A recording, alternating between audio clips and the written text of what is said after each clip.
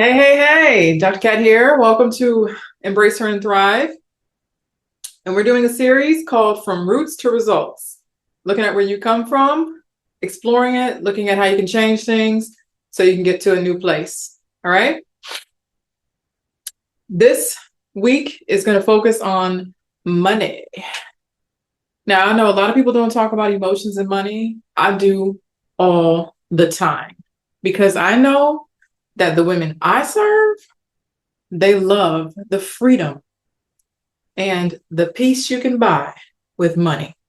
Now, you still got to do a lot of that inner work, but a little money don't hurt nobody, honey. Okay. So I'm always supporting people and building wealth in all areas, including their cash flow. Today, we're going to talk about money and worth and the price of your old beliefs. Now, this applies to you whether you make $80,000 a year or $800,000 a year. Yes, I do know somebody who makes $800,000 a year. Okay. These are real numbers. Millionaires are walking around just like the rest of us. If you have not considered whether you can be that person, then this is the right week for you to be here. The fact that you haven't even considered it as an option. All right. So let's look at those generational beliefs and how those beliefs build emotional patterns that shape your self-worth, your earning potential, and your capacity for financial peace. Now, I'm not talking about retirement. Let's not confuse it. Some people don't retire because they like keeping that brain going and their body moving. But what they do is they work when they want to, how they want to, with who they want to. So you do your life the way you want to. If you want to have it to where you don't ever have to work ever again, that's up to you. Now, we're going to talk about the emotional side of it. I did create a workbook, and it does have you examine a lot of the emotional pieces, and that you will combine with financial literacy. I always support financial literacy. All right. So we're going to do emotional financial literacy, and then the workbook has a couple extra pieces in there for you too. All right. So let's start off with a question. All right. What did you learn from your family? What generational messages did you get about financial wealth? Think about all the movies you ever saw. All the wealthy, super wealthy people have usually been the bad guys. We have been programmed to believe that wealth is bad.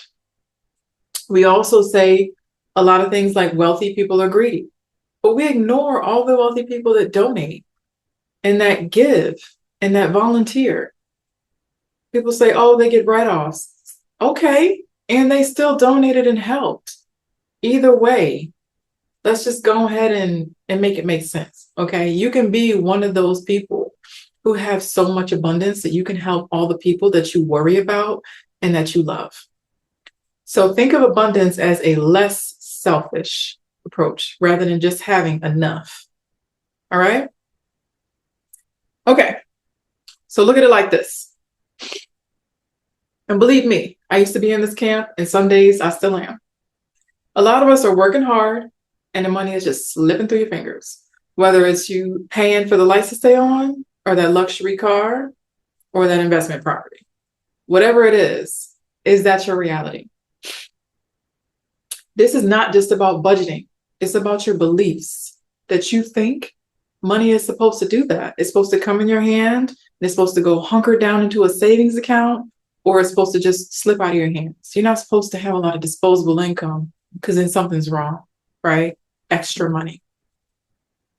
If you were taught that money is hard to earn or that wanting more makes you selfish, that's going to have an impact as well. It's going to limit your money. Think about no matter how much you make, you can always 10x that. I like Benjamin Hardy. He talks about that a lot. It's mainly because your energy is flowing into your money and your brain is wired to influence all those decisions. So whatever your wiring is, it's up to you to challenge it, even if it makes you uncomfortable. I talked about last week feeling weird versus feeling broke and disappointed. Just go ahead and feel weird. Okay. So how much is it costing you? It's probably costing you a lot. I know for me, I don't even want to tell you the number of how much it's cost me. Okay. And I'm not talking about paying for coaching that I didn't need or anything like that. I'm just talking about not expanding businesses because I was uncomfortable. You know how much money that can cost a business owner? Let's not even go there. Okay. All right. So let's look at these inherited money narratives. Here's a few of them.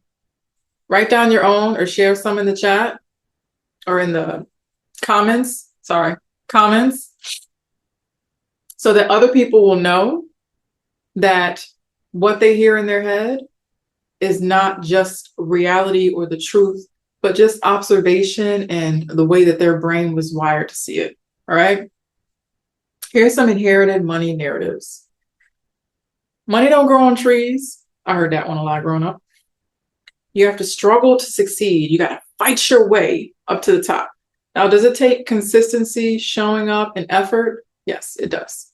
But does it mean it has to stay that way forever? Not if you build it the right way. And if you do it alone, you definitely going to have to put some struggle in there. Another one, we don't talk about money. All you need to know is I don't have no money to buy that. Okay? Or whatever else your parents told you when you picked something up at the store. And the message that you can't have it because we don't have that. We don't have enough.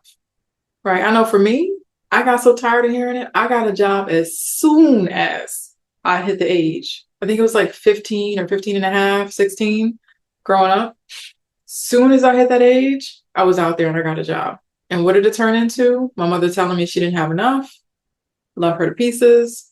And I loved her so much. I just gave up a lot of my paycheck for the family, which I don't feel bad about at all today.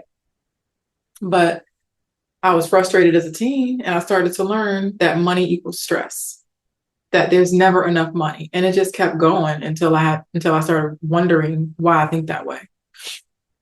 But I still kept some for me and I still did some things I liked. And that's where I learned the freedom of money at the age of 15 and a half. Okay. Now, mind you, I walked miles because I didn't get my license until I was 18. Don't ask me why it took so long. Probably fear. But I would take the bus, walk miles. I do what I got to do. Okay. So think about how the sayings are your emotional blueprint. And you know, with blueprints, you can always get them things edited. So go ahead and sit down and edit these blueprints. Now, let's look at worth and wealth connection. How women unconsciously cap their income because of guilt, fear, loyalty, and feeling like they can't leave their family behind. Feeling like leaving family behind was one of my biggest blocks for a long time. I felt guilty. I wondered if it was meaning I was being disloyal. And then I wondered, how much money do I have to give before I'm done giving? Because I gave to whoever needed it. Because I had no boundaries. When you look at what you have going on, make your own decisions. I'm not telling you that you should never give and you should never be the person you want to be when you make more and more money. What I'm saying is, if you emotionally create a template and a person that can handle that money first, it'll be easier to handle it. You want to write her down, explore her, talk to people who actually are where you want to go, people who already are handling a 10x of money, and they can give you wisdom on how to work things through. Some people use biblical principles. Some people use spiritual principles, but use something that will give you a strong foundation so that you can replace that guilt and that toxic loyalty with something that is going to allow you to thrive and grow in abundance so you can be more helpful in ways that are more meaningful. So let go of that guilt. Increase your sense of self-worth and keep it pushing with your money. All right? Another one is the scarcity mindset, overspending and undercharging. Now, if you're an entrepreneur or self-employed, or you're someone who is making a lot of money as an employee, you really want to look at that overspending and that dopamine hit addiction. Build a life that you don't have to overspend to get out of. Do it slowly, piece by piece. This is not just extracurriculars. This is sometimes building something that is going to give you financial freedom, not just vacations. Doing something purposeful and meaningful will reduce the overspending. If you're going to overspend, at least spend on the business. At least you can write that off. Okay. Excuse me. The scarcity mindset, very popular. Look at everything you have around you. If you do not know how much abundance and wealth you have, don't invalidate yourself with people who are actually starving and having a hard time in other parts of the world, whether it's here in America or somewhere else. Just look around your house and write down everything that you have in your house that you have built and that has value. Acknowledge it. Acknowledge how your family is living there and how they're doing the best they can. Write it down if you can't see it, because the more you see your abundance, the more your brain will go and get more of that. Your brain is just a cheerleader for whatever you tell it to do. Don't be a cheerleader for pain. All right, moving on. Release the guilt of wanting more. Heal that generational shame around abundance. And notice how wanting more can be a sign of self-respect, self-value, and also helping others when you want to, when you can, when you want to. When you are in a place where you're spending less energy on that guilt, you can actually be, just by being, you can uplift communities. You can genuinely smile and say you're having a good day versus faking it. Rewire that so it doesn't feel like greed. All right. Embody abundance is the next one and the last one. This goes back to the nervous system, not the numbers. If you do not feel safe around money, your body will keep you away from it. Don't that sound crazy? It's not. Your amygdala and other parts of your brain are built to keep you out of places that don't feel safe. Anytime you make a purchase, make sure you feel safe or joy or something that you want to resonate with your cash. I know I'm buying a ticket to a wealth summit for this weekend. I have not purchased it yet. You know why? Because I have angst, not just showing up as an entrepreneur, as a professional, but because I had told myself that it was too much money because I have another financial goal in like 6 months that requires me to stack. And I talked to my accountability buddy and he was like, what?